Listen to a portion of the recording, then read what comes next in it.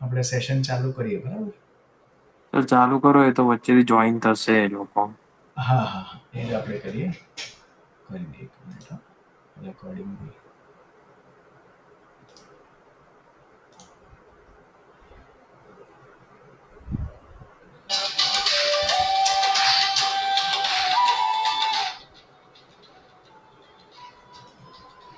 એક જ મિનિટ.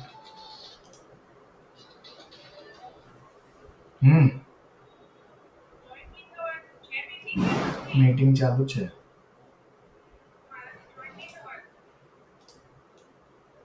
ફરીથી કરો, એ જ લોગિન આઈડી.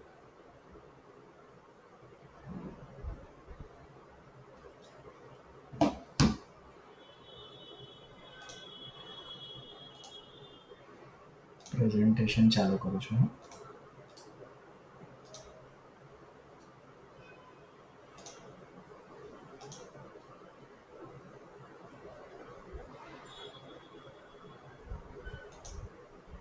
દેખાય છે હવે પ્રેઝન્ટેશન? જી સર. ઓકે,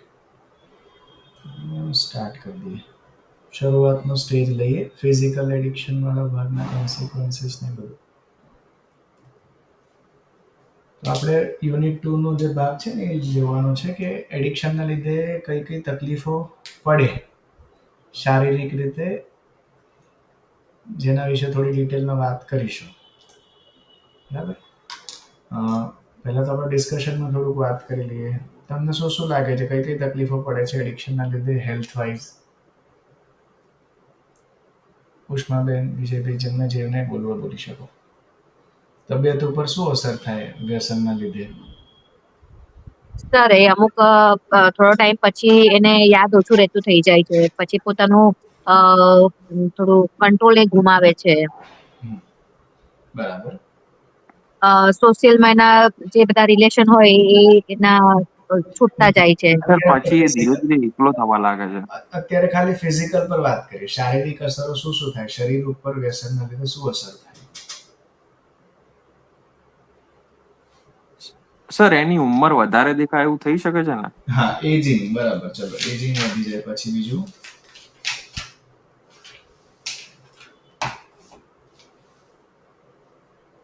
આપણે બધું જોઈએ તો છીએ.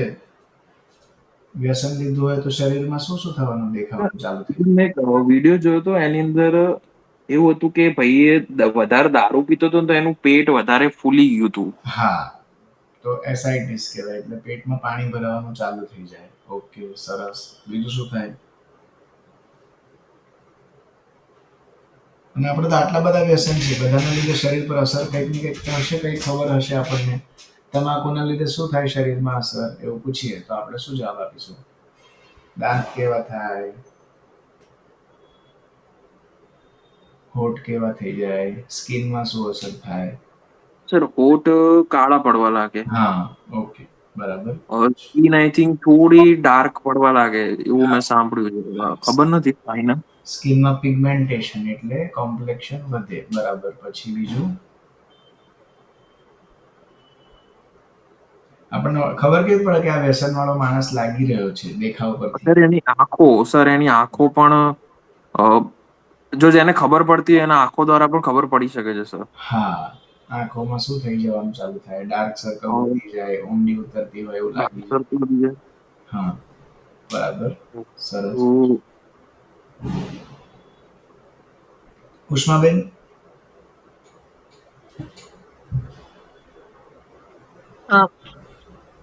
સર, એ જ આ બધી વાત છે કે હોઠ બ્લેક થઈ જાય, પેટ ફૂલી જાય, પછી આંખો લાલ થઈ જાય. સિગરેટ વાળો વ્યસનનો દર્દી છે તો એના શારીરિક લક્ષણો કેવા હશે? સર એને શ્વાસ ચડતો હશે. હા, મતલબ શ્વાસ લેવામાં તકલીફ પડે છે. શ્વાસ તકલીફ પડતી હશે. હા. મતલબ થોડું પણ વજન ઉપાડે યા થોડું દોડે યા મતલબ ચાલે તો એને હાફ ચડતી હશે. હા, જલ્દી થાકી જવાય, હાંફ ચડી જલ્દી જાય. થાકી જતો હશે. પછી બીજું? સરસ, આપણને આઈડિયા આવી રહ્યો છે. આગળ વધી રહ્યા છીએ. એક તો હોઠ બ્લેક થઈ જાય તો આવી ગયું. હમ એક મિનિટ બીજું શું થઈ શકે? છે. સર આટલો આઈડિયા છે, એટલું બધું નિરીક્ષણ કર્યું નથી કોઈની ઉપર. એક મિનિટ ફરીથી લિંક મૂકવી પડશે આઈ થિંક બધા લોકોને. સર પ્રકાશ સર જોઈન થયા ને એટલે પેલું પ્રોબ્લેમ જેવું થયું. કોઈ નવો જોઈન થાય ને એટલે થાય છે. શું થાય છે? એટલે મતલબ આ રીતે પીડીએફ આઈ થિંક ચોંટી જાય છે કે એવું પ્રોબ્લેમો થાય છે. હા શું ભૂલ સર કહેતા હતા.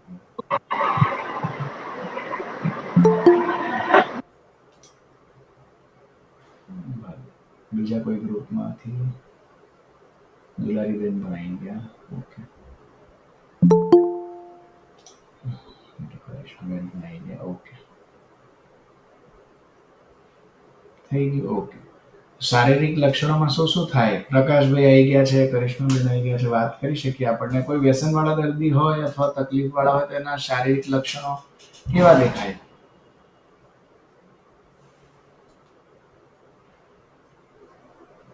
કોઈ પણ બોલી શકે.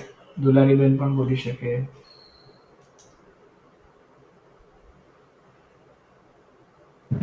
શું ક્વેશ્ચન પૂછ્યો છે સર?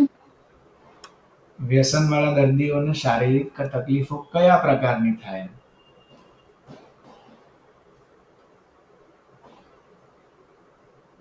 જેમ કે દારૂ પીતા હોય તો આ પ્રકારની તકલીફો હોય, તમાકુ સિગરેટ હોય તો આવા પ્રકારની તકલીફ હોય, એવી કયા પ્રકારની હોય?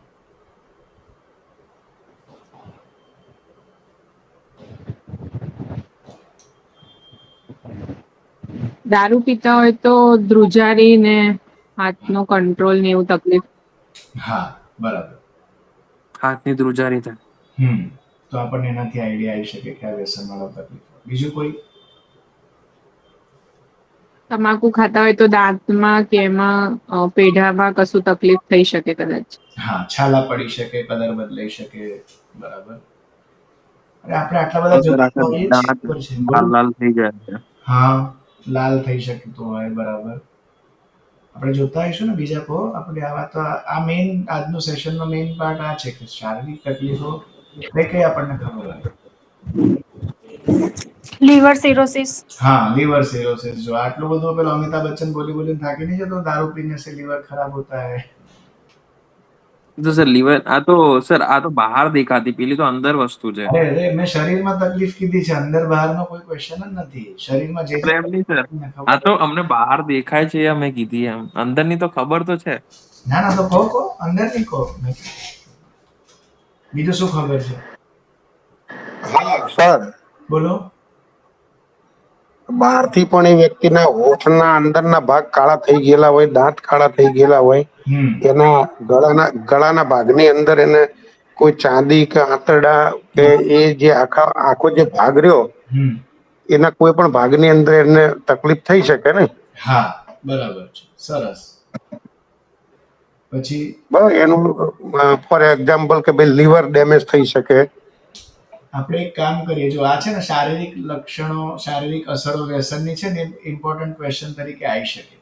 કારણ કે આપણે વ્યસનવાળા પેશન્ટ સાથે વાત કરીશું ને તો સૌથી પહેલી એને એ તો કહેશે કે આ વસ્તુ થઈ છે. તો આપણને ખબર હોવી જોઈએ કે આ વ્યસનના લીધે છે કે બીજા કઈ તકલીફના લીધે છે. તો આપણે એનું કાઉન્સેલિંગ સારું કરી શકીશું. તો ચાલો આપણે ઉપરથી ચાલુ કરીએ. સૌથી પહેલા વાળમાં શું તકલીફ થાય વ્યસનથી? કઈ ખબર છે? વાળમાં સર આઈ થિંક વાળ ખરે. હા હેર લોસ થાય. બરાબર છે. હેર લોસ થાય. હા પ્રીમેચ્યોર એજિંગ વાળું જે કીધું ને કે ઉંમર વધતી જાય તો વાળ ખરે, ધોળા થતા જાય, વાળ ખરે. ટાલ પડવાની ચાલુ થઈ જાય. એટલે સર એની ઉંમરની પહેલા ટકલો થઈ જાય છે. હા વ્યસનના લીધે થઈ શકે. પછી શું આવે? આંખોમાં શું થઈ શકે? ડાર્ક સર્કલ આવી શકે. બરાબર. પછી લાલ આંખો થઈ જાય. હા લાલ. એટલે સર મેં એવું સાંભળ્યું છે કે એવું કહે છે કે જે દારૂ પીતા હોય ને, હવે ખબર નથી, મીથ જેવું હશે, પણ કે એમની આંખો મતલબ થોડી ને અલગ લાગે. એમ ડાર્ક સર્કલ તો નોર્મલ છે, લાલ પણ એમની આંખો થઈ આંખોમાં જતી થોડો હોય. ફરક લાગે. જો ગાંજો લેવા વાળાની આંખો લાલ વધારે દેખાય. દારૂ પીવા વાળામાં પણ ઘણી બધી વખત રેડિશ ડિસ્કલરેશન રેડિશ દેખાય છે ને સર. તો આંખો લાલ થઈ શકે. દારૂ પીવાના લીધે લીવર ખરાબ થઈને કમળો થયો હોય તો આંખો કેવી થઈ જાય? પીળી. પીળી. પીળી. હા પીળી. હા તો એ બી ખબર પડે કે આ વ્યસનના લીધે કમળો થયેલો છે, જોન્ડિસ જેને હિપેટાઇટિસ કહેવાય. પછી બીજું આંખો પછી શું આવે બીજું? નાકના ભાગમાં કઈ તકલીફ થાય? નાકમાં સ્મેલ ઓછી થાય. સ્મેલ બદલાઈ શકે. સ્મેલ સેન્સેશન ચેન્જ થઈ જાય. કયા વ્યસન એવા હોય જે નાકથી લેવાના આવે? નથી પિક્ચરોમાં જોતા પેલા લાલપન આવે ગાંજો ડ્રગ્સ ને બધું નાકથી લેવાનું હોય છે ને સર? અફીણ ના. ના અફીણ નહીં.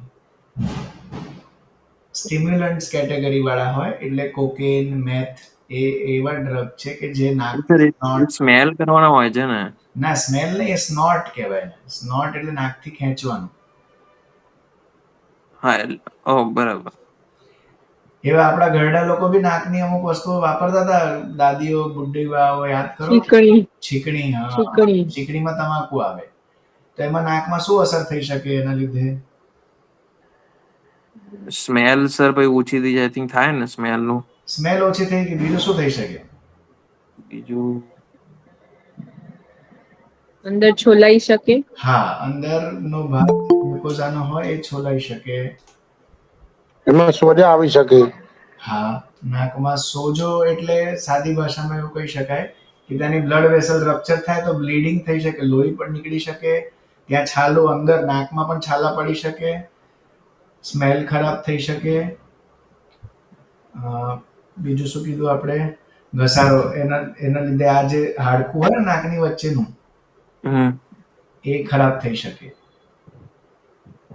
એટલે એને પેલી સાઇનસ ની એવી કઈ તકલીફ થઈ શકે સાહેબ? વારે ઘડીએ સાઇનસ ઇન્ફેક્શન આવી શકે. બહુ સરસ. જો આપણે વિચારીએ છીએ, હવે બરાબર વિચારી રહ્યા છીએ કે વ્યસનના લીધે શારીરિક તકલીફોમાં નાકમાં પણ થઈ શકે કે વારે ઘડીએ ચેપ લાગી શકે, ઇન્ફેક્શન થયા કરી શકે. હા, ઇન્ફેક્શન.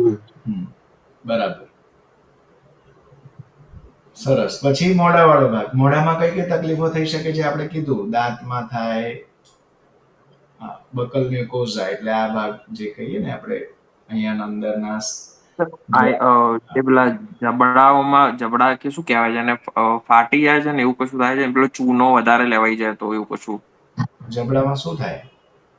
એ મતલબ આઈ થિંક મને શબ્દ નથી ખબર. પાણીપુરી ખાઈ શકે? પડીકી ખાવા વાળા બહુ વધારે વર્ષોથી હોય તો પાણીપુરી આખી ખાઈ શકે? એટલે સર મોઢું ફૂલે ના, નહીં, એમના હા પ્રકાશભાઈ બોલો. બોલો સર.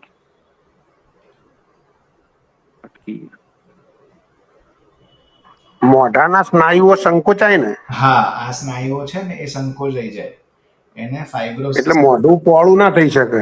હા, એટલે ચાર આંગળી વિસ્તરણ ના થાય. જનરલી આપણી ચારે આંગળી જવી જોઈએ ઓપન કરીએ ને ત્યારે. પણ જે પડીકી માવા વ્યસન વધારે ખાતા હોય ને તો એમના સ્નાયુઓ ફ્લેક્સિબિલિટી ઘટી જાય તો આખું મોઢું ખોલી શકે નહીં. એટલે ચાર આંગળી ના જાય. એટલે એમનું અમે ચેક કરીએ તો એવું કેટલી ફિંગર જઈ શકે છે, માઉથ ઓપનિંગ કેટલી ફિંગરનું છે, 2 ફિંગર, 3 ફિંગર, 1 ફિંગર એમ. ઘણા લોકો વ્યસનવાળા એવા હોય કે જેમને બ્રશ કરવામાં પણ તકલીફ પડે કારણ કે આ ફાઇબ્રોસિસ, જડબાના સ્નાયુઓ એકદમ કડક થઈ ગયા હોય કે આ મૂવમેન્ટ આખી બરાબર ના થાય. બહુ સરસ. પછી બીજું શું થઈ શકે? આપણે આ તમાકુના ફોટામાં શું શું બધું જોઈએ છે? સિગરેટ પરના પેકેટ. કેન્સર થાય સર. હા, સિમ્પલ. આટલી સિમ્પલ આપણને ખબર છે. કેન્સર એ શારીરિક અસર છે ને વ્યસનની. તો સૌથી વધારે આપણું ભારત ઓરલ કેન્સર એટલે ઓરલ એટલે મોઢાના કેન્સરનું કેપિટલ છે. આખા દુનિયાના સૌથી વધારે કેસ ભારતમાં છે મોઢાના. સર મુકેશભાઈ ફેમસ છે ને એની અંદર. મોઢાના કેન્સર એટલે કયા કયા? તો જીભનું કેન્સર, આ બકલ મ્યુકોઝાનું કેન્સર, પછી ઇસોફેગસ અન્નનળીનું કેન્સર, ગળાનું. સર આમાં સ્ટમક પણ થઈ શકે ને? હા, પછી સ્ટમકમાં પણ થઈ જ શકે કેન્સર. કેન્સર બધા ઓર્ગનના થઈ શકે વ્યસનના લીધે. સ્ટમક, કિડની, લીવર, બોન બધાના થઈ શકે. એટલે આ વાળા ભાગમાં તો સૌથી વધારે અસર વ્યસનની દેખાય. પડીકી તમાકુ ખાવાવાળા લોકો મને ક્લિયર કટ ખબર પડે કે અહીંયા કંઈક અસર થઈ રહી છે. શરૂઆત છાલા પડવાથી થાય, જેને આપણે સાદી ભાષામાં ચાંદી પડી એવું કહે છે ને કે ચાંદી પડી છે, કબજિયાત રહેતી હશે કે એવું કંઈક હશે. પણ વ્યસનવાળા લોકોને વારે ઘડીએ થયા કરે.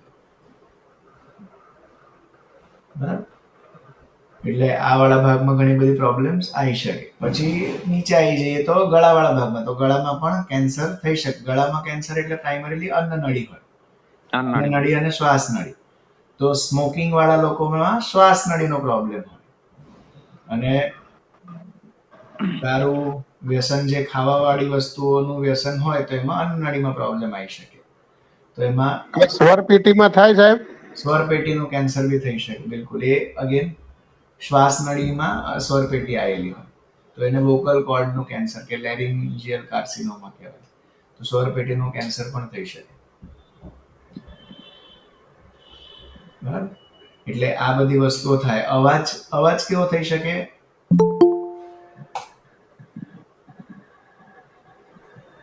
અવાજ કેવો થઈ જાય? સ્મોકરનો અવાજ તમે જોયો હોય તો જાડો ઘેરો થઈ જાય. હા, અવાજ બદલાઈ જાય. જે ઓરિજિનલ ટોન હોય એ ચેન્જ થઈ જાય. એટલે આ એક બીજી અસર જોવા મળી શકે. પછી થોડા નીચે ઉતરી જઈએ. ચલો, તો અહીંયા આવી ગયા આપણા ફેફસા અને વચ્ચે હૃદય. ફેફસામાં શું તકલીફ થઈ શકે? હૃદયમાં શું તકલીફ થઈ શકે વ્યસનથી? એને શ્વાસ લેવામાં તકલીફ થાય, શ્વાસ લેવામાં તકલીફ થાય, ઇન્ફેક્શન થાય, ન્યુમોનિયા, પછી સીઓ. અને રોગ જલ્દી થઈ જાય એમ હા, કોઈ પણ. ઇમ્યુનિટી ડાઉન થાય એટલે વારે ઘડીએ એને રોગ થયા કરે. રોગ થયા રાખે. રિકરન્ટ ઇન્ફેક્શન, વારે ઘડીએ ઇન્ફેક્શન થયા રાખે. પછી બીજું શું થાય ફેફસામાં? ફેફસાની જે કેપેસિટી હોય એ એ ઓછી. થોડી ડાઉન. હા, લંગ કેપેસિટી ઓછી થઈ જાય. એટલે બ્રીધિંગ પ્રોબ્લેમ વધારે સમય સુધી એ શ્વાસને રોકી ના ના શકાય. શકે. એટલે એક્સરસાઇઝ હોય કે વર્કઆઉટ હોય કે કંઈક મહેનત વાળું, શ્રમ વાળું કામ કરવાનું હોય તો વ્યસનમાં એ પણ ના કરી. તકલીફ થાય. સ્પેશિયલી કયા વ્યસનમાં? બીડી કે સિગરેટ, કે જે ફેફસાને ડાયરેક્ટ અસર કરે. એમાં સૌથી વધારે જોવા મળે. સ્ટેમિના ઘટી જાય, ઓવરઓલ એક્ટિવિટીમાં થાક જલ્દી લાગી જાય, શ્વાસ સર જલ્દી આમ કહેવાય તો એને લોહીનું પરિભ્રમણ ઘટી જાય ને, હા, એ હાર્ટની ઇફેક્ટમાં આપણે એટલે આવીશું. હાર્ટની ઇફેક્ટ આવી જાય. આવીશું, યસ. પછી ફેફસા. હૃદયની કાર્યક્ષમતા સર, એ ઘટી જાય. લોકોને હા, હા, બોલો. એક એક જણ બોલજો. ઉષ્માબેન શું કહેતા? હા, એ લોકોને સર કોલેસ્ટ્રોલ ને એ બધું પણ તરત થઈ જાય ને સર? હા, કોલેસ્ટ્રોલનું લેવલ વધી જાય. લિપિડ પ્રોફાઇલ ચેક કરીને તો આવી જાય. તો એ હાર્ટની અસર અને સર્ક્યુલેશનમાં જે પ્રોબ્લેમ્સ આવશે એમાં આવશે. પછી ફેફસામાં આપણે બીજું શું થાય? ફેફસાનું કેન્સર. કેન્સર. લંગ કેન્સર બહુ જ કોમન છે, સ્પેશિયલી સ્મોકર લોકોમાં. એટલે બીડી સિગરેટ વાળા જે હોય વ્યસન, અથવા હમણાં નવા નવા બધા આવ્યા છે ને, વેપ, ઈ સિગરેટ્સ, પછી સિગાર, ગાંજો, જે બધું સ્મોકિંગના રૂટથી કરવા વાળા હોય, હુક્કા, તે બધામાં લંગ્સ પર અસર ઘણી બધી થાય. કારણ કે સ્મોક ડાયરેક્ટ નુકસાન કરે. સર આપણે હુક્કામાં તો વધારે ના થાય, મતલબ હેવી, કેમ કે એમાં તો મતલબ બહુ ખેંચતા ના હોય લોકો. બધામાં હેવી જ થાય. એમ નહીં સર, એ રીતે નહીં. મતલબ પેલા લોકો તો આમ કહેવાય કે સિગરેટ પેલા બીડી તો એ તો પતી જાય, ના, અને ના, પેલામાં તો એ લોકો બહુ ખેંચતા હોય, મેં એવું સાંભળ્યું. અલ્ટિમેટલી સેમ જ હોય. લંગ્સ પર અસર થાય. તમે એમને દિલ્હીમાં જશો ને તો બી તમે એક પેકેટ સિગરેટ જેટલો ધુમાડો અંદર જવા દેશો. પોલ્યુશનના લીધે પણ થઈ છે. તમે ખેંચી ખેંચીને શ્વાસ ના લો તો પણ. એટલે કહેવાનો મતલબ, ધુમાડો વાળું વાતાવરણ એ બધું બહુ રિસ્ક વાળું ફેક્ટર છે લંગ્સ માટે. પોલ્યુશન પણ રિસ્ક છે. બીજી વસ્તુ કે પેસિવ સ્મોકિંગ થી પણ પ્રોબ્લેમ થાય. એટલે હું મારી બાજુ મારો ભાઈબંધ સ્મોક કરતો, હું ખાલી ઊભો હોઉં તો મને પણ મારું લંગ્સ પણ નુકસાનમાં જઈ રહ્યું છે. એટલે હું તમારે 50% નુકસાન તો થાય ને સર? હા, 50% નુકસાન તો આપણને પણ થાય ને? હા, હા, થવાનું જ. એટલે જ એની આજુબાજુમાં પણ જવામાં જોખમ છે. જેમ મેં તમને કીધું, દિલ્હીમાં જવામાં પણ જોખમ છે. એ રીતે બાજુમાં કોઈ સ્મોક કરતો ત્યાં ઉભા રહેવામાં પણ જોખમ થાય આપણા લંગ્સ, આપણી શ્વાસ નળીને. લંગ્સ આપણને ઘણીવાર તમે નોટિસ કરતા જ હશો, કોઈ કરતું હશે તો કેવું ફીલ થતું હશે? ઇરિટેટ થવાતું હશે, ગમતું નહીં હોય, ખરાશ જેવું લાગતું હશે. એનો મતલબ સ્મોકના પાર્ટિકલ્સ ગળામાં પહોંચી ગયા હોય ત્યારે આવું બધું થાય. આમાં કોઈને કહેવું હોય તો એડ કરી શકે. હા, આપણે સર આપણે જો ના પીતા હોય પણ કોઈની સ્મેલ કરી કોઈ પીતું હોય તો આપણો બિહેવિયરમાં ચેન્જ આવી જાય ને તરત જ. બિહેવિયરમાં ચેન્જ એટલે બ્રેન ઉપર અસર પહોંચવાની ને બધું ઓછું થાય, પણ લંગ્સ ને શ્વાસ નળીને તો સીધી અસર થવાની જ છે. એટલે આપણે નોર્મલ કરતા આપણે થોડું મતલબ અલગ બિહેવ કરીને એમ થઈ શકે ને? એવું જરૂરી નથી. એ સ્મોક સિગરેટમાં ને બીડીમાં એટલું નહીં. આપણને ના ગમે એટલે આપણું બિહેવિયર ખરાબ લાગે, બાકી વર્તન પર ડાયરેક્ટ અસર થતી હોય એવું જરૂરી નથી. કારણ કે સિગરેટના સ્મોકમાં કે બીડીના સ્મોકમાં એવા કોઈ પદાર્થો નથી જે સામેવાળા માણસનું વર્તન ખરાબ કરી નાખે, મગજ ફેરવી નાખે, એવું ના થાય. પણ આપણને ગમે નહીં. અને એ માનસિક અસર કહેવાય ને? હા, એ માનસિક અસર એવી બહુ ઓછી. માનસિક અસર કહેવાય. અને સર એ થોડું મતલબ લાંબો ટાઈમ લે તો 10-15 મિનિટ જેવું તો અસર થાય? તો પણ નહીં. વર્તનમાં એટલી બધી અસર ના થાય. ઘણા બધા લોકો એવા જ હોય છે જે પોતે ફૂંકતા ના હોય, સાથે ઊભા હોય આરામથી, કઈ ના થતું, પણ એમના લંગ્સને અસર થતી હોય. વર્તનને બિહેવિયરને બહુ અસર ના થતી હોય. એ ક્લિનિકલી એટલું સિગ્નિફિકન્ટ નથી. પછી લંગ્સ વાળો ભાગમાં બીજું શું થઈ શકે, તો લંગ્સના બધા અલગ અલગ ટાઈપના ઇન્ફેક્શન થઈ શકે. જેમ કે ટીબી. તો ટીબીની પ્રમાણ વધી શકે. ટ્યુબરક્યુલોસિસ તો ખબર હશે ઘણા બધાને, કારણ કે ઇમ્યુનિટી ડાઉન થઈ જાય. ઇમ્યુનિટી ડાઉન થઈ જાય તો ટ્યુબરક્યુલોસિસનો રિસ્ક વધી જાય. પછી અસ્થમાના કેસીસ વધી જાય ઘણા બધા લોકો. એટલે આ દિવાળીમાં બી ઘણા બધા લોકો અસ્થમાવાળા અલગ નોન પોલ્યુટેડ જગ્યાએ જતા રહેતા હોય, કારણ કે ધુમાડાના લીધે એમનું એક્ઝાઝર્બેશન થઈ શકે. એટલે વ્યસનના લીધે એનો પણ ચાન્સ વધી શકે. એટલે લંગ્સમાં આટલી વસ્તુઓ થઈ. હાર્ટના રિલેટેડ વાત કરીએ તો હાર્ટમાં શું શું થઈ શકે? એક તો સર લોહીની ગતિ ધીમી થઈ જાય. ધીમી થઈ જાય? સૌથી મેઇન એ થઈ જાય. એટલે એર્યું મતલબ પંપ કરવાનું થોડું ના ના ના, ઊંધું છે. એમાં નહીં. હાર્ટ ફટાફટ વધારે ફાસ્ટ પંપ કરે ઉલટાનું. બ્લોકેજ થઈ શકે સર? બ્લોક થઈ શકે, હાર્ટ અટેક આવી શકે, હાર્ટ બ્લોક થઈ શકે, જેને સાદી ભાષામાં એન્જાઇના કહેવાય. એન્જાઇનાનું પેન આવી શકે, છાતીમાં દુખાવો આવી શકે, જે હાર્ટના રિલેટેડ હોય. પછી ધીમે ધીમે હાર્ટ રેટ જનરલી વધતા જાય, કારણ કે ઓક્સિજન પહોંચાડવા માટે આખા શરીરને હાર્ટે વધારે મહેનત કરવી પડે. કારણ કે ઓક્સિજનનું લેવલ ઓવરઓલ જેટલું શ્વાસમાં આવતું હોય એ ઓછું આવે. કેમ ઓછું આવે? કારણ કે હવામાં ધુમાડો બી બહુ બધો આવી રહ્યો છે, તો ઓક્સિજનનું લેવલ ઓછું થાય તો હાર્ટે વધારે મહેનત કરવી પડે, વધારે પમ્પિંગ કરવું પડે. તો હાર્ટની કાર્યક્ષમતા ધીમે ધીમે હાર્ટબીટ વધે. ઘટતી જાય. કારણ કે કોન્સ્ટન્ટ હાઈ હાર્ટ રેટ રહેતો હોય, 90-100 એવો હાર્ટ રેટ રહેતો હોય, તો એના લીધે ધીરે ધીરે આગળ જતા બ્લડ પ્રેશર, બીમારી થઈ એ બધા ચાન્સીસ વધી જાય. કારણ કે હાર્ટે મહેનત બહુ બધી કરવી પડે.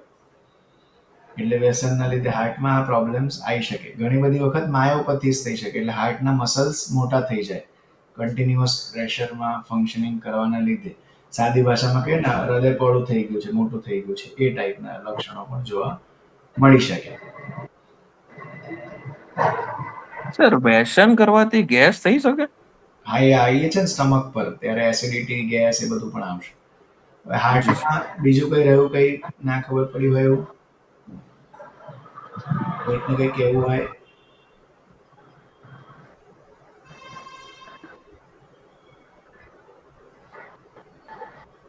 નહીં. તો હાર્ટમાં આવી શકે, જે કીધું ને, કોલેસ્ટ્રોલ લેવલ વધી શકે. અલ્ટિમેટલી કોલેસ્ટ્રોલ બધી નળીઓમાં ભેગું થતું જાય, તો એટલે બ્લોકેજ.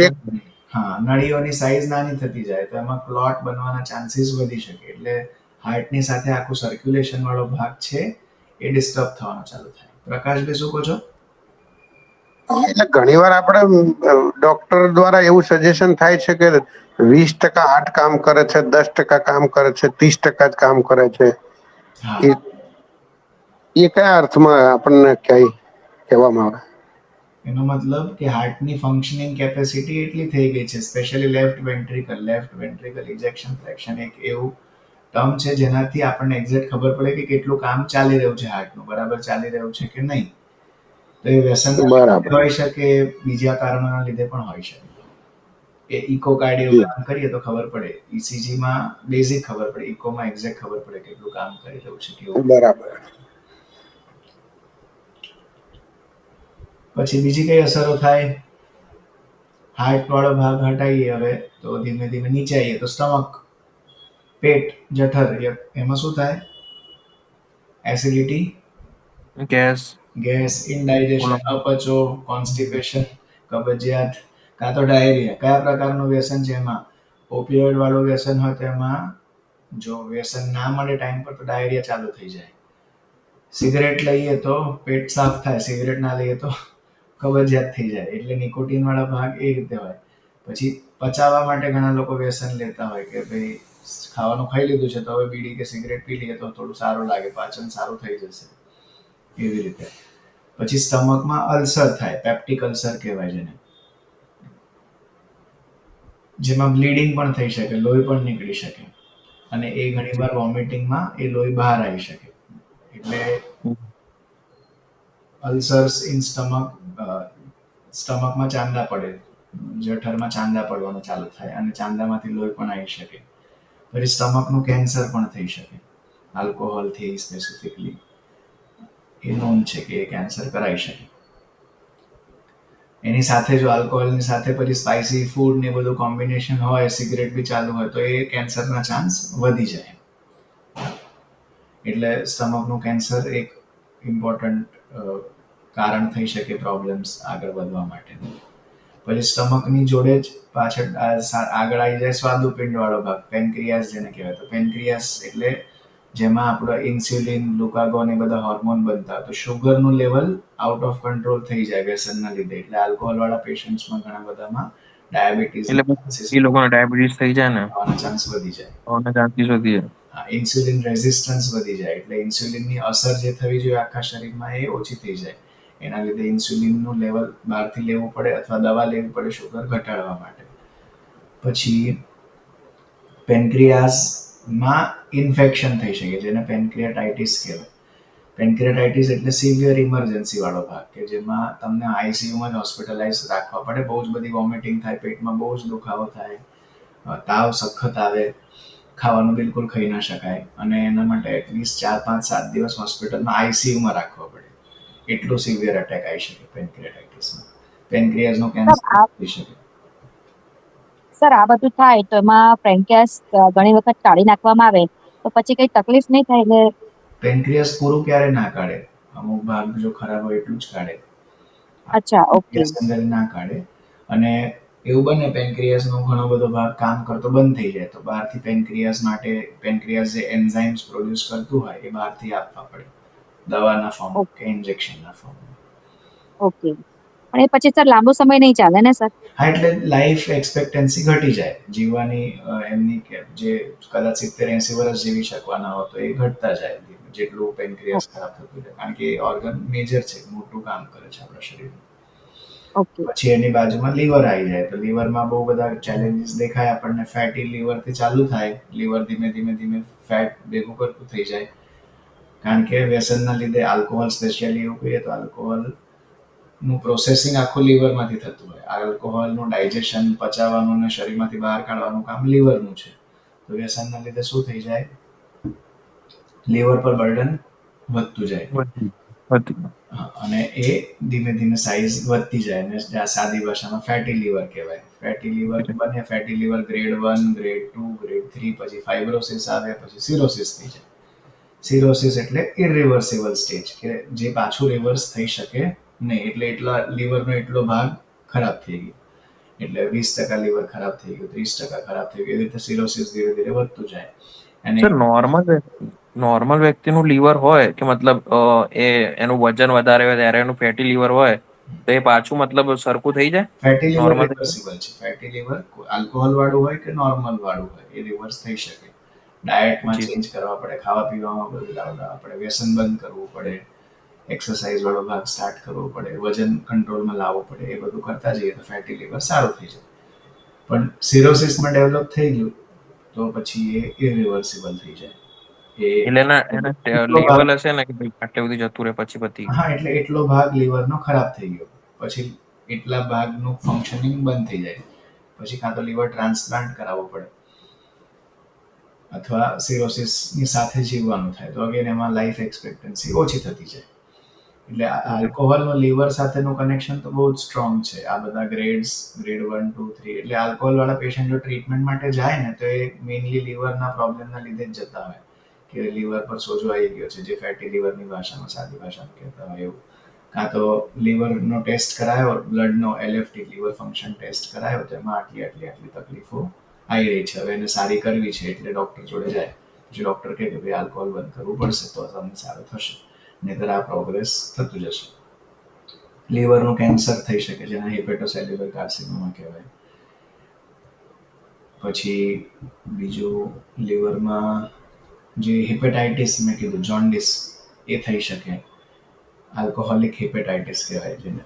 તો હેપેટાઇટિસના લીધે એટલે લીવરનું ઇન્ફેક્શન, સાદી ભાષામાં કહીએ તો ઇન્ફેક્શન અને ઇન્ફ્લામેશન, તો એના લીધે લીવરના એન્ઝાઇમ્સ બહુ હાઈ થઈ જાય, ડાયજેશન ના થઈ શકે, ઉલટી, ઉબકા આવવા, ખોરાક ના જવું, વજન ઘટી જવું, કમળો, જે આપણે હેપેટાઇટિસમાં જે કહીએ ને જોન્ડિસ, એ દેખાય બધું. કારણ કે બિલિરુબિનનું લેવલ બહુ બધું હાઈ થઈ જાય એટલે યુરિનથી લઈને ટોયલેટથી લઈને બધું યલોઇશ કલરમાં થઈ જાય. સ્કિન, આપણી ચામડી ફીકી પડી જાય, જાણે એકદમ પેલું કહીએ ને એકદમ ઠંડી લાગે ને કેવું બધું એકદમ વ્હાઈટ થઈ જાય, એ ટાઈપની સ્કિન થઈ જાય, પેલ સ્કિન થઈ જાય.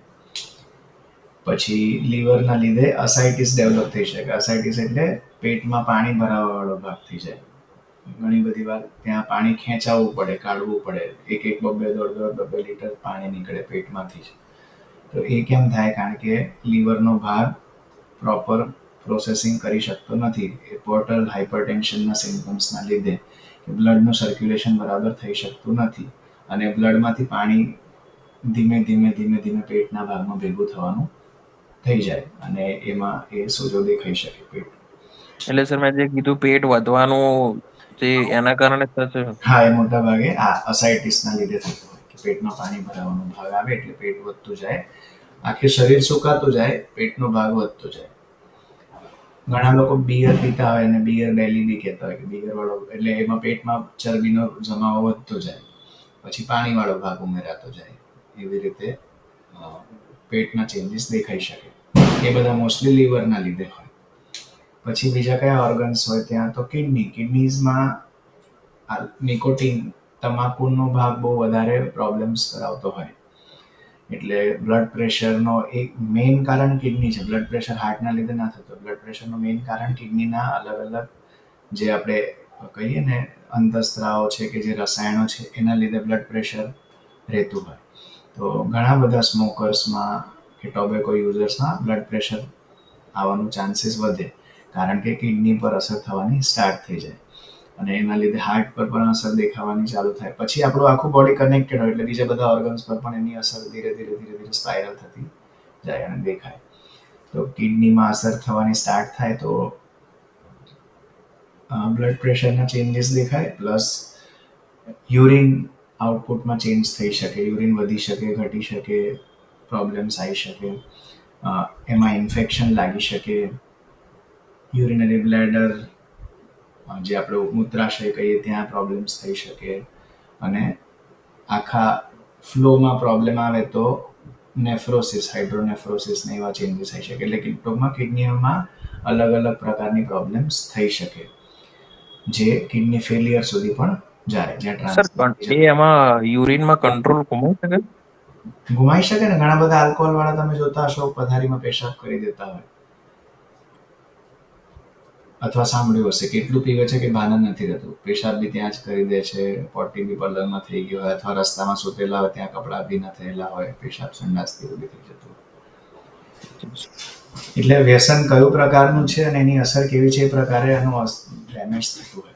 પછી જે સ્ટિમ્યુલન્ટ કેટેગરી છે, મેથેમ્ફેટામાઇન, કોકેન, એની પણ અસર કિડની પર બહુ વધારે ડીપ થતી હોય. એના લીધે કિડનીના પ્રોબ્લેમ્સ પણ આવતા હોય. આપણા લીવર અને કિડની બંને એવા ઓર્ગન છે જે આખા શરીરમાંથી ટોક્સિન્સ હટાવતા હોય. તો અમુક વ્યસન એવા પ્રકારના છે કે જે આલ્કોહોલ એને મેટાબોલાઇઝ કરે, એને કાઢે શરીરમાંથી, અને અમુક વ્યસન એવા છે કે જે કિડની કામ કરીને કાઢે. તો કયા પ્રકારનું વ્યસન છે એના પ્રમાણે એ અંગ ઉપર અસર દેખાય અને એમાં બર્ડન દેખાતું જાય કે પ્રોબ્લેમ વધી રહ્યો છે. પછી ટ્રાન્સપ્લાન્ટ કે એની પણ જરૂર પડી શકે કિડનીમાં. પછી બીજો ભાગ આવી જઈએ તો યુરિન વાળા પાર્ટમાં, જેમ કીધું કે યુરિનમાં ચેન્જીસ દેખાઈ શકે, કલર ચેન્જ થઈ શકે યુરિનમાં બ્લડ આવી શકે, કારણ કે કિડનીમાં પ્રોબ્લેમ્સ થવાના ચાલુ થાય તો, કે બ્લેડરમાં પ્રોબ્લેમ આવવાના ચાલુ થાય તો બ્લડ ઇન યુરિન થઈ શકે, આવી શકે. સેમ જે આપણે લીવરના લીધે કોમ્પ્લિકેશન્સ થાય તો બિલીરુબિન યુરિનમાં દેખાય, તો યલોઇશ કલરનું યુરિન થઈ જાય, બહુ વધારે ડાર્ક યલો, તો એ દેખાઈ શકે. ત્રીજી વસ્તુ કહી શકાય તો સેક્સ્યુઅલ પ્રોબ્લેમ્સ ઘણા બધા થઈ શકે વ્યસનના લીધે. સંબંધની ઈચ્છા ના થવી, ઇરેક્શનમાં પ્રોબ્લેમ, સ્ત્રીઓમાં પીરિયડ્સમાં પ્રોબ્લેમ આવી શકે, ઇન્ફર્ટિલિટી, નપુંસકતા જે કહીએ છીએ ને, ઘણા બધા વ્યસનના લીધે એ ઇન્ફર્ટિલિટીના કારણો થતા હોય છે, એટલે ઇન્ફર્ટિલિટી રહેતી હોય છે. Quality of sperm, quality of ઓવમ, એટલે વીર્યની ક્વોલિટી ખરાબ થઈ શકે, સ્ત્રીમાં જે બીજ હોય એની ક્વોલિટી ખરાબ થઈ શકે વ્યસનના લીધે, કારણ કે એ અલ્ટિમેટલી બધા ઓર્ગન્સ પર અસર કરે વ્યસન. પછી નીચે જઈએ તો પછી પગના ભાગમાં ન્યુરોપથીઝ ને એવું થઈ શકે. ન્યુરોપથી એટલે બધી જે નર્વ્સ હોય એમાં ડેમેજ થઈ જાય. છેલ્લે પગવાળા ભાગમાં, હાથવાળા ટર્મિનલ ભાગમાં વધારે, હાથ અને પગના છેલ્લા, એટલે ખાલી ચડી જતી હોય એવું લાગે, સોય વાગતી હોય એવું લાગે, ઝંઝણાટી થતી હોય એવું લાગતું હોય. પછી સિવિયર કેસીસમાં તો જાણે બળતરાશ થતી હોય ને, આગ લગાડી દીધી હોય પગ નીચે એવું લાગતું હોય. ઘણા બધા અમારા પેશન્ટ્સ એવા હોય કે જે ડોલમાં પગ રાખીને બેસતા હોય, નહીંતર એ બેસી ના શકે, નહીંતર એવું લાગ્યા કરે કે કન્ટિન્યુઅસલી બળી ગઈ છે. હા, એટલે ન્યુરોપથી થઈ જાય. સર્ક્યુલેશનમાં ફરક આવી જાય, બ્લડ ફ્લોમાં ફરક આવી જાય, તો ત્યાં બ્લડ ઓછું પહોંચતું જાય, એના લીધે ઓર પેઇન થાય, ન્યુરોપેથિક પેઇન કહેવાય, તો એ પણ વધી જાય. એટલે વ્યસનના લીધે આ પણ બીજા પ્રોબ્લેમ્સ એડ થતા જાય, કે જે આપણું ઓવરઓલ હેલ્થને ખરાબ કરવાના ચાલુ કરે. બીજો પાર્ટ કયો આવ્યો તો સર ઈડીમાં થાય? હા, ઈડીમાં થાય, સોજાઈ જાય પગમાં, બિલકુલ. અગેન એના કારણો લીવરના હોઈ શકે, કિડનીના હોઈ શકે, હાર્ટના હોઈ શકે. ઈડીમાના કારણો આ બધા હોઈ શકે, જેના લીધે પગે સોજાઈ શકે, આખા શરીરમાં સોજાઈ શકે, એ પણ બની શકે. ઘૂંટણમાં શું પ્રોબ્લેમ થાય? ઘૂંટણમાં ડાયરેક્ટ પ્રોબ્લેમ ના થાય વ્યસન. કોઈ પ્રોબ્લેમ ના થાય? વ્યસન ડાયરેક્ટ નહીં, પણ હા, વ્યસન લીધું હોય અને પડ્યા અને ઘૂંટણમાં વાગ્યું તો ઘણી બધી પ્રોબ્લેમ. એ રીતે પ્રોબ્લેમ. ઓકે. એટલે એવી રીતે હેડ ઇન્જરી બહુ બધા લોકોને થાય. પડે અને માથામાં વાગ્યું એના લીધે પ્રોબ્લેમ્સ થઈ ગયા, પડ્યા ઘૂંટણમાં વાગ્યું એના લીધે પ્રોબ્લેમ્સ થઈ ગયા, ઓપરેશન્સની જરૂર પડી, ફ્રેક્ચર થઈ ગયા હોય, એ બધું થઈ શકે. એટલે એ ઇનડાયરેક્ટ અસરો છે.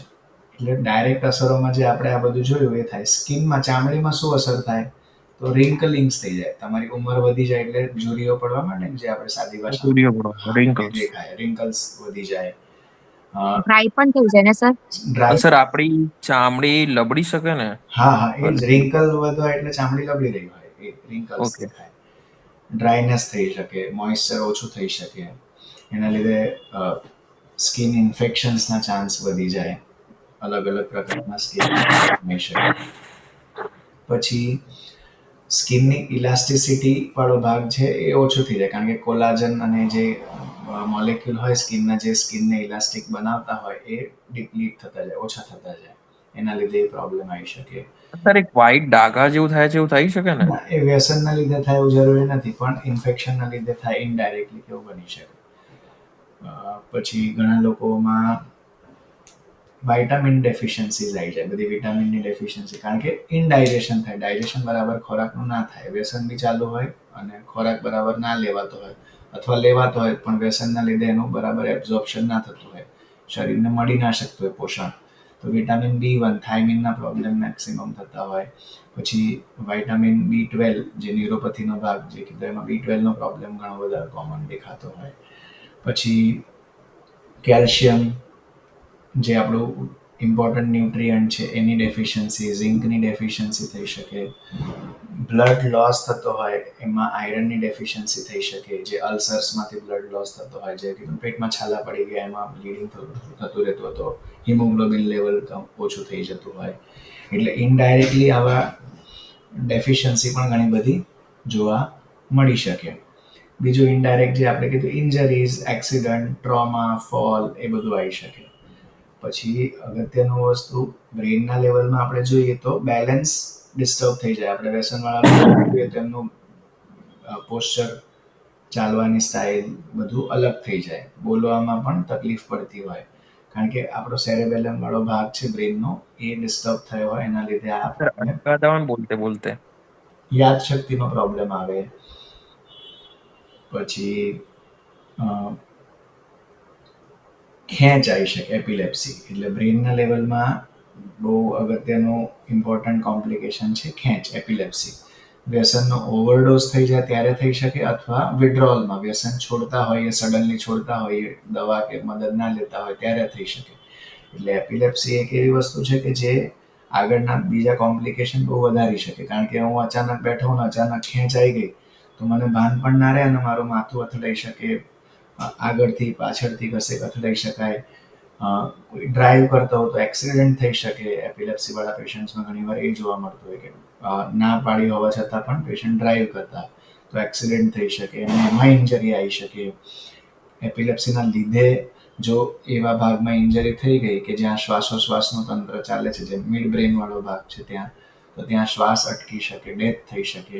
એટલે આ બધા ઇનડાયરેક્ટ કન્સિક્વન્સીસ પણ ઘણા બધા થઈ શકે. બીજા ઇનડાયરેક્ટ કન્સિક્વન્સીસ વ્યસનના લીધે શું થઈ શકે, તો શારીરિક રીતે બેલેન્સ ગુમાવવાના લીધે પડી શકાય, વાગી શકે. બેલેન્સ ના રહેવાના લીધે બહુ બધા પ્રોબ્લેમ્સ આવી શકે. બાથરૂમમાં પડી જતા હોય ઘણી બધી વાર લોકો, બેડરૂમમાં ઇન્જરીઝ થતી હોય, વ્યસન ઓવરડોઝ લઈ લીધો હોય એના લીધે, અથવા વિડ્રોલમાં આવવાના લીધે. ઘણી બધી વખત ટ્રેમર્સ, ધ્રુજારી એટલી બધી થતી હોય તો એમાં કાચનો ગ્લાસ કે એવું કશું પકડ્યું તો પડી શકે અને વાગી શકે. એટલે ઇનડાયરેક્ટલી બહુ બધી ઇન્જરીઝ થઈ શકે, જે વ્યસન ના હોત તો કદાચ આ બધું ના થાય, એવું બની શકે. એટલે આખા શરીરમાં ડાયરેક્ટલી વ્યસન તો બહુ બધા પ્રોબ્લેમ કરાવે જ છે, જે આપણે જોયા ઉપરથી નીચે સુધી બધે, પણ ઇનડાયરેક્ટલી પણ ઘણા બધા પ્રોબ્લેમ્સ કરાવે છે. એક વાસ્ક્યુલર ડિસીઝીસ કરીને છે રહી ગયું. વાસ્ક્યુલર ડિસીઝ એટલે જે બધી વેસલ્સ હોય, આપણી બ્લડ વેસલ્સ, એના બધા પ્રોબ્લેમ્સ થઈ શકે, જેમાં ગેંગ્રીન વાળો ભાગ પણ આવે, જે સિરિયસ છે. ગેંગ્રીન એટલે એ વાળો ભાગ ડેડ થઈ જાય, ત્યાંનો બ્લડ ફ્લો એકદમ બંધ થઈ જાય. એટલે નહીં, ઘણા લોકોને અંગૂઠો કાપવો પડ્યો, પગનો નીચેનો ભાગ કાપવો પડ્યો, અમુક હાથનો અમુક ભાગ કાપવો પડ્યો, કારણ કે વ્યસનના લીધે એ ભાગમાં બ્લડ પહોંચવાનું જ બંધ થઈ ગયું. તો એ બંધ થઈ ગયું તો પછી એમાં ઓપ્શન આવે, કાં તો ખોલાવવા માટે ટ્રાય કરે બધી દવાઓથી, પ્રોસિજર્સથી, પણ ના થાય તો પછી એમ્પ્યુટેશન કરવું પડે, કટ કરવું પડે. તો નહીતર આગળના ભાગમાં પણ એ ગેંગ્રીન સ્પ્રેડ થતું જાય, બીજા એરિયાઝને પણ ખરાબ કરતું થાય. એટલે વાસ્ક્યુલર ડિસીઝીસ પણ ઘણા બધા આવી શકે વ્યસનના લીધે. જો સર આ ગેંગ્રીન ડાયાબિટીસના કારણે નહીં થઈ શકે? ડાયાબિટીસના કારણે પણ થાય, ડેફિનેટલી વ્યસનના કારણે પણ એક થઈ શકે. એટલે ગેંગ્રીનના બહુ બધા કારણો હોઈ શકે. એમાં પણ ઇન્જરી, ટ્રોમાના કારણે પણ થાય. એ જગ્યાએ વાગ્યું હોય ઓકે. અને પછી હીલિંગ બરાબર ના થયું હોય, ઇશ્યુ આવ્યા હોય, તો એના કારણે પણ થઈ શકે. ઇન્ફેક્શન, એમાં સર બ્લડ નીકળે તો બ્લડ બંધ ના થાય એવું કશું પ્રોબ્લેમ થાય ને સર? બ્લડ નીકળે તો બ્લડ બંધ ના થાય એવું, પ્લેટલેટ્સ ઓછા થઈ ગયા હોય, લીવરનું કોમ્પ્લિકેશન બહુ વધારે થયા હોય તો પ્લેટલેટનું કાઉન્ટ ડાઉન થઈ જાય, તો બ્લીડિંગ અટકાવવામાં બહુ વાર લાગી શકે, એવું બની શકે. તો એના લીધે બ્લડ લોસ વધી જાય તો એનિમિયા, હિમોગ્લોબિન ઓછું થવાના ચાન્સ, બીજા કોમ્પ્લિકેશન્સ થવાના ચાન્સીસ પણ થઈ શકે. એટલે આપણે જ્યારે આ સેશનનો પર્પઝ શું છે, હવે હું એ સમજાવું. વ્યસનના લીધે એટલી બધી શારીરિક અસરો થઈ શકે કે આપણે જ્યારે પેશન્ટ સાથે પહેલી વાર વાત કરીએ ત્યારે આના વિશે મેઇન વાત થવાની છે, અને પેશન્ટ આના વિશે જ વાત કરવા માટે તૈયારી બતાવશે, બીજા કશા વિશે વાત કરવા માટે તરત તૈયારી નહીં બતાવે. એટલે આપણે શરૂઆત અહીંયાથી જ થાય.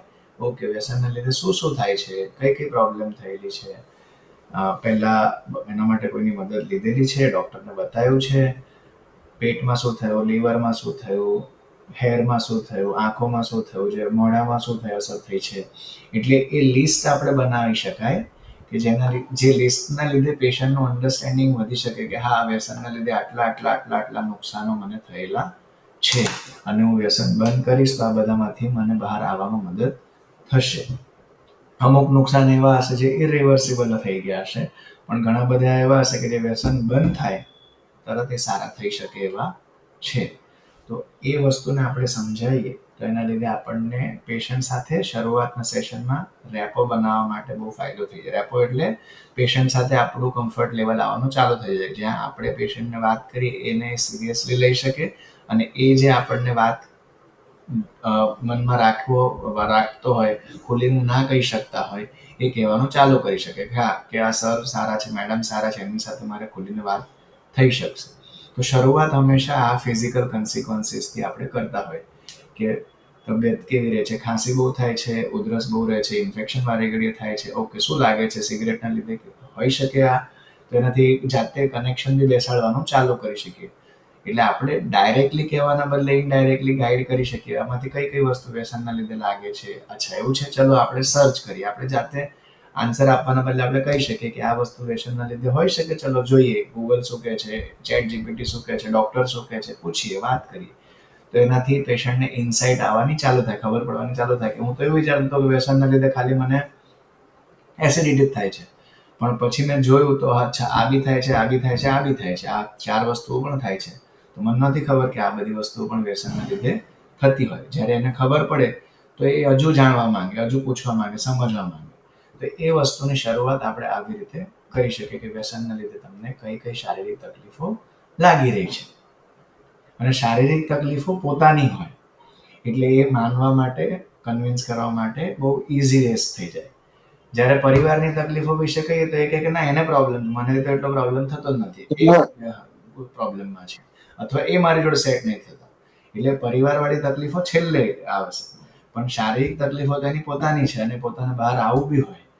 કારણ કે માણસને એટલે દર્દી સાહેબ, હા દર્દી આપણી અંદર વિશ્વાસ અને શ્રદ્ધા કેળવે તો એ કામ આસાન થઈ જાય, આસાન થાય ને થોડું. હા બિલકુલ. તો એની શરૂઆતનો સ્ટેપ આ છે કે શારીરિક વ્યસનના લીધે કઈ કઈ થઈ રહી છે એનું આપણે લિસ્ટ બનાવીએ, એને સમજવાની કોશિશ કરીએ અને એને જાણવાની કોશિશ કરીએ કે ખરેખર આ વ્યસનના લીધે કેટલી છે અને વ્યસન મૂકવાથી એમાં કેટલો ફરક આવી જશે. તો શું થઈ જશે, એને હોપ મળશે કે હા સરસ, આમને આ ડોક્ટરને કે આ કાઉન્સલરને ખબર છે અને આ તકલીફો થઈ છે, તો એમાંથી બહાર આવવા માટેનો રસ્તો મને બતાવી શકે છે. તો એનો પર્સનલ સ્વાર્થ જોડાશે આ ટ્રીટમેન્ટમાં આવવા માટે, જોડાવા માટે.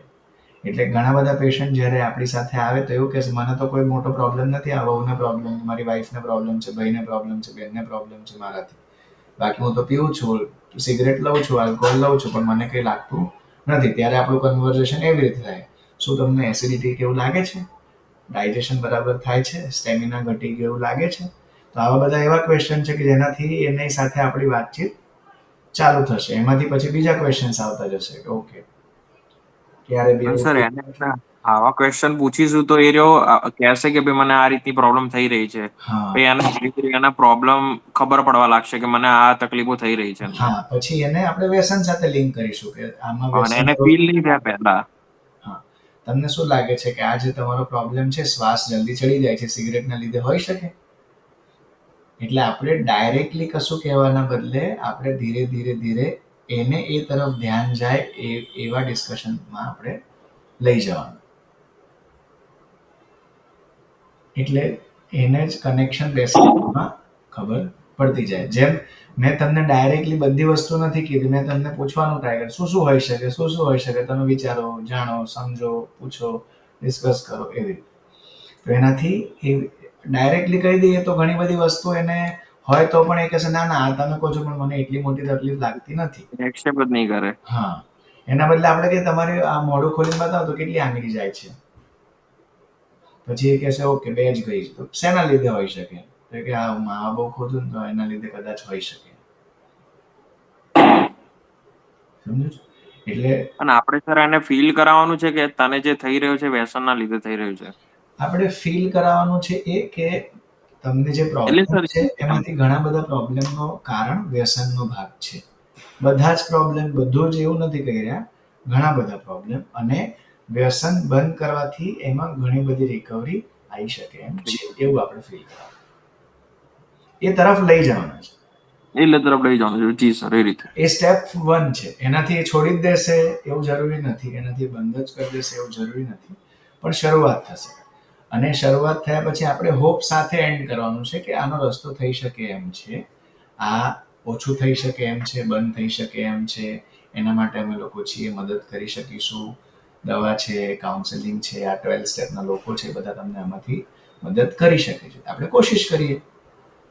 ચાલુ રાખવું કે બંધ રાખવું એ તમારો જ નિર્ણય છે, પણ આપણે કોશિશ તો કરીએ. કઈ રીતે ઓછું થઈ શકે, કેટલું ઓછું થઈ શકે એ પ્રમાણે આપણે આગળ વધીને જોઈએ તો ખરા કે લીવરના રિપોર્ટ 2 મહિના પછી કેવા આવે છે. હમણાં આપણે બંધ રાખીએ અને જોઈએ લીવર કેવી રહે છે એમ. એટલે આપણે એ દિશામાં આપણે લઈ જવાનું. ફોર્સ કશે પણ દેખાવો ના જોઈએ, નહીંતર જનરલી એ ના પાડશે અથવા તો આપણે ત્યાં નહીં આવે, બીજે કશે જશે. એવું ફીલ કરશે કે આ ડોક્ટર બહુ વધારે મને બહુ પ્રેશર આપે છે, મને બહુ જોર જબરદસ્તી કરે છે. આમાં કોઈને કઈ ડાઉટ હોય, સવાલ હોય, ક્વેશ્ચન હોય, આપણે આ જે શારીરિક અસરો જાણી એના વિશે. પછી એ તો કેવું છે, આ શારીરિક અસરો આપણને ખબર હોવી જોઈએ. બધી જ ખબર હોવી જરૂરી નથી, પણ એ વ્યસનના લીધે છે કે નહીં આપણે ઇઝીલી ઇન્ટરનેટ પરથી જોઈ શકીએ અને બતાવવા માટે, અને એને પૂછી શકીએ તું જાતે જ સર્ચ કર, ચેક કર કે આ હોઈ શકે, આવું થઈ શકે, કેટલા પર્સન્ટેજ લોકોને છે એ ચેક કરી લેવાય, અને એમાંથી આપણું આઉટકમ શું આવી શકે એ ચેક કરી શકીએ. આપણને બધી જ ખબર હોવી જોઈએ, યાદ મોઢે હોવું જોઈએ એવું નહીં, પણ આપણને આઈડિયા હોવો જોઈએ કે આ પ્રકારની તકલીફો વ્યસનના લીધે થઈ શકે.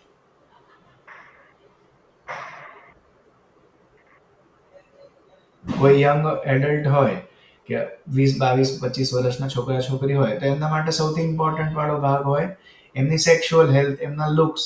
તો એના વિશે વાત વધારે થઈ શકે કે તમારા ચહેરામાં કઈ ચેન્જ દેખાયો છે સિગરેટ ચાલુ થયા પછી કે આલ્કોહોલ ચાલુ થયા પછી, કે તમારા સેક્સ્યુઅલ એક્ટિવિટીમાં કઈ ચેન્જ આવ્યો છે, એના લીધે એવું લાગી રહ્યું છે.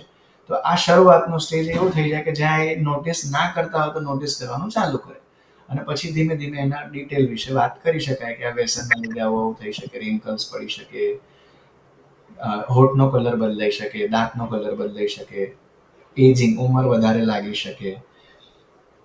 આવું લાગી શકે આપણને, તમને એવું લાગે તો આપણે ચાલો સર્ચ કરીએ હજુ શું શું થઈ શકે એમ કરીને એને એ તરફ ડાયવર્ટ કરી શકાય. અને એના પોસિબલ સોલ્યુશન્સ કયા કયા હોઈ શકે, કઈ રીતે આમાંથી બહાર આવી શકીએ, શું શું કરી શકીએ, એ તરફ આપણે પછી એને લઈ જઈ શકીએ. બહાર આવવાનો રસ્તો આ છે કે દવા કરી શકાય, કાઉન્સેલિંગ કરી શકાય, આવી રીતે વાત કરી શકાય, અને આપણે જોતા જઈએ કેવું રહે છે.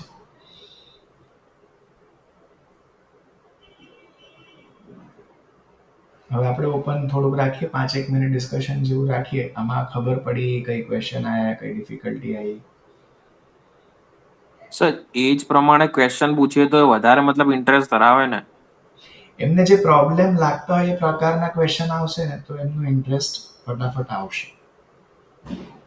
મતલબ એ નોટિસ નહીં કરતા હોય તો પણ નોટિસ કરશે કે મને આ રીતનું થઈ રહ્યું છે. અને એ વ્યસન એનું કારણ હોઈ શકે.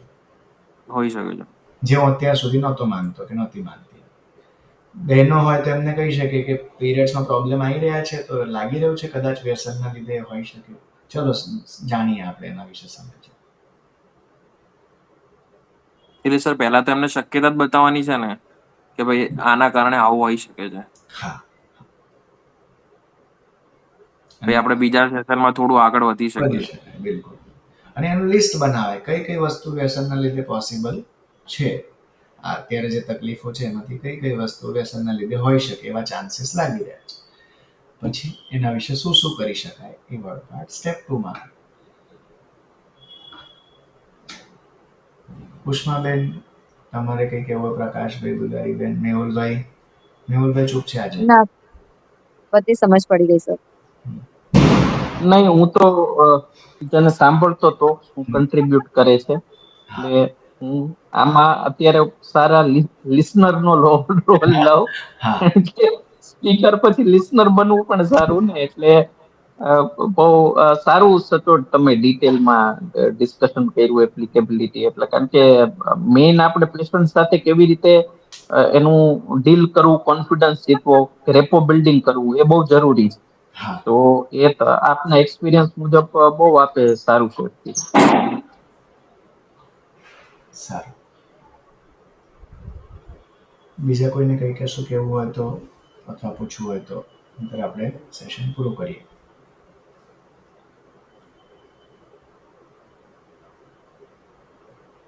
નહીં કોઈ? ઓકે, સારું. તો તો હવે બધા આપણે અમે પ્રેઝન્ટેશન મોકલ્યું છે ને એમાં આ ડિટેલમાં બધું નથી લખેલું. એમાં ખાલી ફિઝિકલ ઇફેક્ટ્સમાં આવો થઈ શકે, ઇન્ફેક્શન થઈ શકે, ફલાણું ઢીકણું બધું. પણ આ તો સર યાદ રહી જાય એવું છે, હા, વાંધો નથી. મેં લેક્ચર એટલે જ અને આપણે રેકોર્ડ બી એટલે જ કરીએ છીએ યુટ્યુબમાં મૂકે. તમે લેક્ચરમાંથી બહુ બધું શીખીને તમારી જાતે નોટ્સ બનાવી શકશો, જે તમારા માટે બહુ ઇઝી ટુ રિકોલ હશે, યાદ રાખવા માટે ઇઝી હશે વાંચવાના બદલે પણ. હા, સારું. સો પછી હવે દિવાળી પછીનો આપણે સ્કેડ્યુલ ગ્રુપમાં સેટ કરી દઈશું. હમણાં અઠવાડિયું કે 10 દિવસ જેવો ગેપ રાખીશું અને પાછા સેશન્સ રિઝ્યુમ કરી દઈશું. બરાબર. બધાને દિવાળી ઓકે.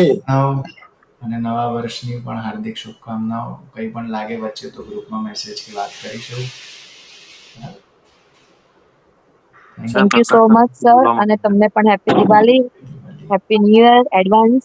હા હા, ચાલો બધા જ મિત્રોને નવા વર્ષના અભિનંદન. બધાને આવજો. હા, તમને નમસ્તે. પણ સર. હા, ગુડ નાઇટ. આવજો. Yes, okay, happy thank new you. Year all. Bye, good night. Good night.